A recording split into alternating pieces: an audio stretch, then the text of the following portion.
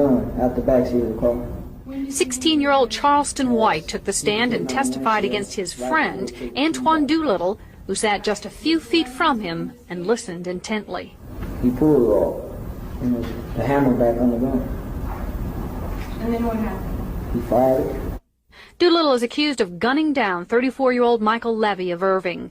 Levy attempted to stop Doolittle, White, and 2 other teenagers accused of shoplifting 3 sports jackets and a baseball cap from an Arlington mall in September of 1991. Witnesses say Levy pounded on their windshield until the teens threw the jackets out the car window. Then Doolittle supposedly shot him in the back as Levy walked away. White repeated the conversation he says he had with Doolittle after the shooting. I said, look, you shot him. And what did he do? Started laughing. Levy had been married only 4 days when he was shot. But I always had my dreams of my Prince Charming. I found him. And it's hard to believe, but I did. White will be testifying against all 3 of his buddies in exchange for a maximum sentence of 12 years. A juvenile judge reduced the charge from capital murder to murder against Doolittle, so the teenager faces from 5 years to life in prison if he's found guilty. I handed him the gun. The nigga said, we saw the snitch video. So everybody saw it. It's been on the news before. Just because you saw it, you still broke. It don't change nothing. You still broke. I'm still rich. I'm still getting booked. It don't change nothing. Yeah, it don't change nothing. We seen the snitch video. So, everybody's seen it before you seen it. It used to be on the news. I keep telling y'all, I made the news before. All what y'all doing, people I already seen. So what you seen it? You think they gonna stop booking me? You think they gonna stop interviewing me? You think people gonna stop? No, nigga, you still gonna be poor. And I'm still gonna be rich and famous.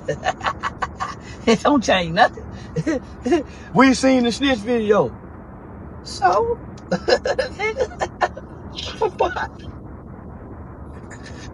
yeah, nigga, I got a comedy show tomorrow night. We gonna laugh about it on stage. Yeah, that's part of the comedy show.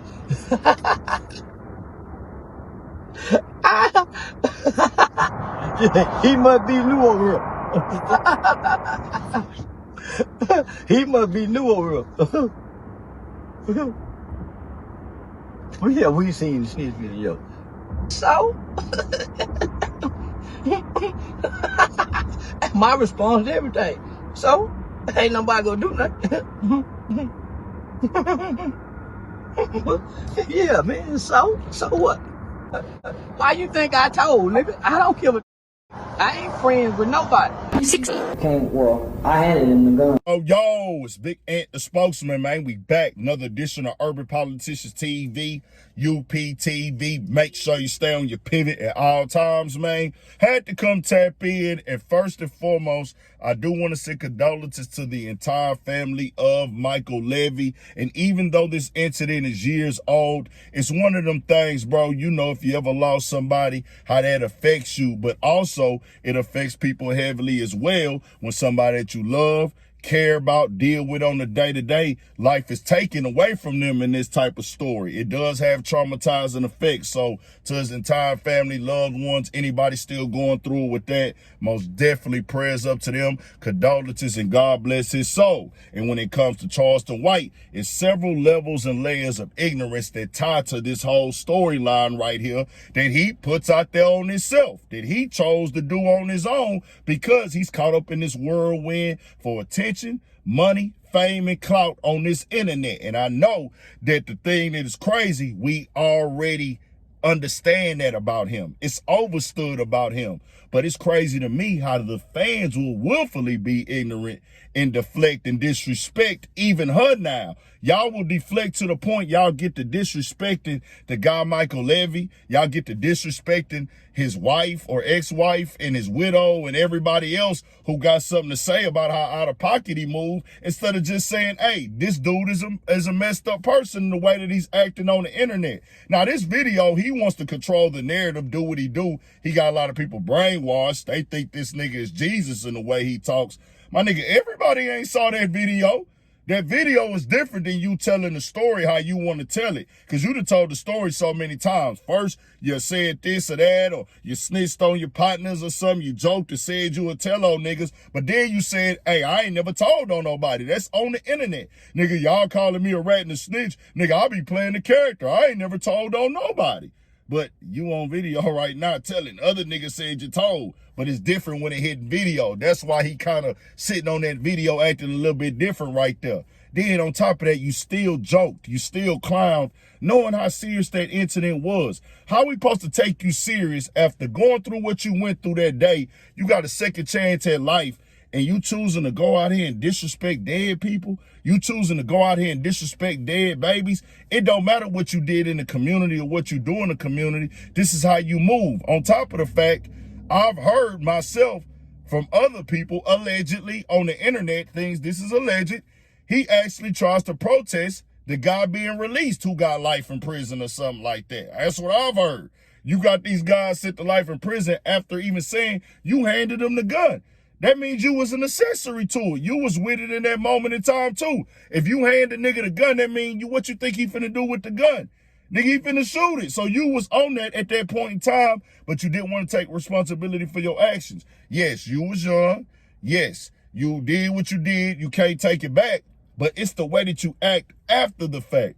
Why would you go in this direction of being disrespectful, antagonizing, clowning, making fun of people?